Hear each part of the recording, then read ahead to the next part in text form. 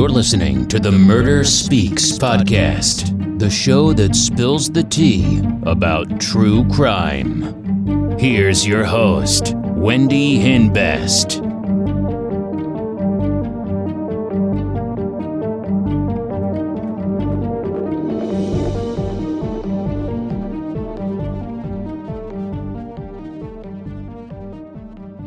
Hey, welcome back to Murder Speaks. I hope everyone's having a great week. So today's real crime story is about 67-year-old Leigh Jennings of Aurora, Indiana. Leigh grew up in Florence, Kentucky, and she had 2 sons, and she was a grandmother of 4, and she was a hairdresser. One day, her mail was starting to pile up, and her mother hadn't seen her. As of April 5th, Leigh had not been seen in 7 days. So the neighbor knocked on her door, but nobody answered. And when the neighbor went inside, they called the police. 911, where's your emergency? Aurora, Indiana. Lee's on the ground. This woman is in her 60s. She's down the floor. It looks like there's blood everywhere. I don't know what this is. Oh, God, please hurry. They're on their way. There's officers on their way. Leigh was lying in a pool of blood. She was beaten with a metal skillet and a large pepper grinder. She was unrecognizable. There was blood spatter. The blood pepper grinder was on the table. The metal skillet was hanging on the wall, and it was dripping blood.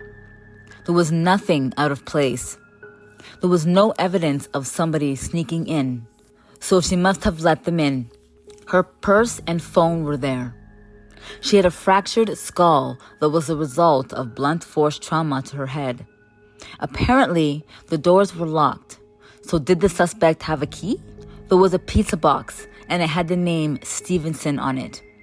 The morning of March 29th, Leigh told her neighbor she was going to have lunch with a friend after she brought her mom some clothes at the nursing home. She was meeting Charles Steve Stevenson. The police interviewed Leigh's family. Leigh told her son that she kept all of her money in the house. When the police checked the house, they found 2 safes, one in the dresser and one in the closet, and they were both empty. Hey, don't forget to check out crystalkiss.com for my murder merch. Cool designs for all of you true crime addicts. If you live in the US and buy 3 or more items, you'll get free shipping. Use discount code MURDER15, that's MURDER15, and save 15% on your entire order. Check out my YouTube channel, Murder Speaks. The link is in the show notes. There was a red stain in the one found in the closet, and it was Leigh's blood. The police questioned her family and friends. Apparently, Leigh became friends with one of her customers. The police showed the guy she worked with his picture, and it was the customer Leigh became friends with. They showed the neighbors his picture, and it was the same guy they saw mowing Leigh's grass. It was Charles Steve Stevenson. It turns out he was a scam artist. Charles was in debt and had fallen behind in payments to his aunt. Apparently, he borrowed money from Leigh. The police went to Steve's place and found him with his wrist cut. He attempted to commit suicide, and there was a note saying he was innocent.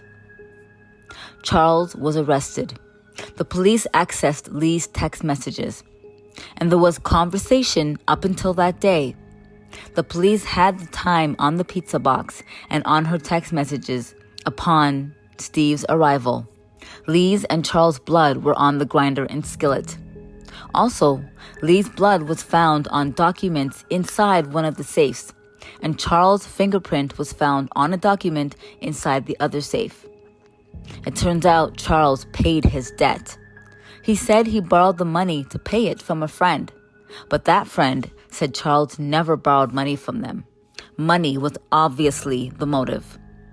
The DNA on the pepper grinder belonged to Steve Stevenson. He asked Leigh for money, and when she refused, he beat her to death and robbed her.